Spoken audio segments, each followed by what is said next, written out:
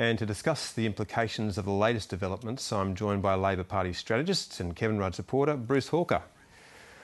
Bruce Hawker, it's been a long day for you, it looks like. Did Kevin Rudd call you before he made this press conference? We did have a conversation. It was an escalating day, I think. It was pretty clear in the course of the day that people were going around the gallery making more and more sort of claims against Kevin, and they were saying they were going to bring it on and this sort of thing, and then the Prime Minister's office was saying they weren't. But over the last few days it has been growing in intensity ever since he's been overseas, actually. Was he pushed over the edge by the claims that were made by Michael Danby that he had been directly briefing journalists? I'm not sure that he even heard of Michael Danby's claims, I'm sorry to say. His office must not be very good. Because that, well, I'm not saying that I'm not saying if he did or he didn't, but I think there's been a series of events like that in recent days, carefully orchestrated by people inside the government to make life difficult for Kevin, really to try to push him. And I think he formed the view in the end that in the absence of any strong endorsement from the Prime Minister, particularly in the face of attacks from Simon Crean, that the appropriate thing to do was to resign and then come back to Australia, consult with his colleagues and then determine what he's going to do next. And he will do what?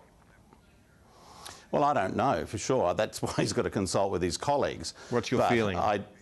Well, I think he's more likely than not going to challenge, because I think he's very concerned that if he's not the leader of the Australian Labor Party and the government, then Tony Abbott is going to be the next Prime Minister of Australia. If he's not the leader of the Australian Labor Party, is he prepared to completely destroy it to get his own way? Because that seems to be the outcome of all of this, Bruce Hawker.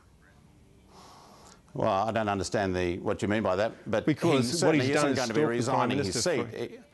If you're saying, is he going to resign his seat? Absolutely not. He's not going to be one of those people that walk away from the government and say, we're going to leave you to your own devices. He fought hard during the period between when the election was held and when the government was formed to get people like Katter over the line. And he showed great support for Julia Gillard in that period, and no one should ever suggest anything to the contrary. How long have you been helping? And he's been a very good foreign minister since then too. How long have you been helping Kevin Rudd organise this campaign against the Prime Minister? Well, I don't think there has been a campaign against the Prime Minister. Surely now we can put aside the facade now, can't we, Bruce Hawker? We know that this has been going on for months. We know that there's been briefings going on. We can continue to play the games, but there's been a campaign. Well, I think there has been a campaign to destabilise Kevin Rudd, and if he's responded occasionally to some of those claims whilst not trying to go out and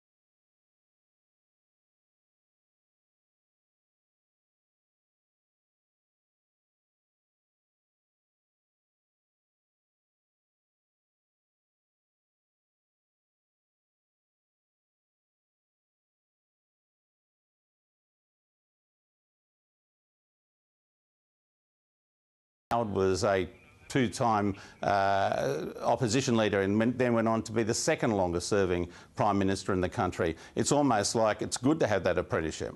What are people to make of the Labor Party now, Bruce Hawker, if we see Kevin Rudd win against the Prime Minister, maybe not this time, but the next time he challenges, and he stands in the smoking ruin of the Labor Party? What are people to make of that kind of contest? Well, I don't think that we are looking at the smoking ruin of the Labor Party, Chris. I don't think we're anywhere near that.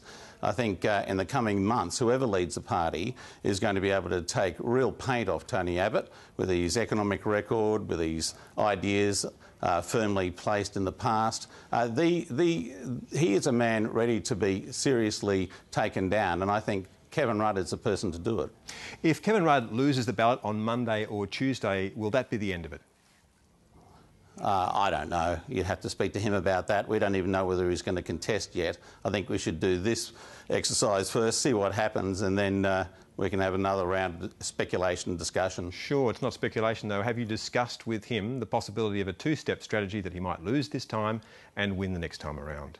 I'm only focused on this contest. So you have discussed it with him? If he determines to have this contest, I think he should win it and win it well now. Have you discussed that with him?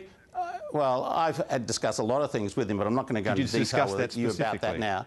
No, I'm not going to go into discussions with you about that now, Chris. But what I will say... Take that as a yes? ...is that I think what I will say is that the Australian Labor Party caucus doesn't want to see this thing happening over and over again. They want to see this thing resolved, and I think the way you do that is to give Kevin Rudd a victory if he decides to go for it at the first attempt. A first attempt, so there may be a second one?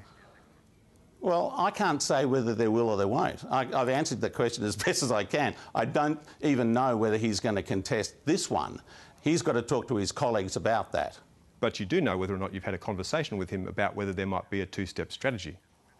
Look, I've had plenty of conversations about a lot of things with him, and I'm not going to go into detail about all that now. Truth and plain speaking were the two things that Kevin Rudd said that needed to happen from now on. Do you think that we are hearing truth and plain speaking from Kevin Rudd? Yeah, I think so. I think he's somebody who understands that he's got to connect, directly with the Australian public, and I think he's very well equipped to do that. That's my view of it. And what effect will this all have on the Queensland election? Well, the fact that it's being resolved, I think, is a good thing. Anna Bligh didn't need this thing to go on and on and on. And if it did go on and on and on, I think that would be a further impediment to her prospects in Queensland. Bruce Hawker, thank you. Thanks.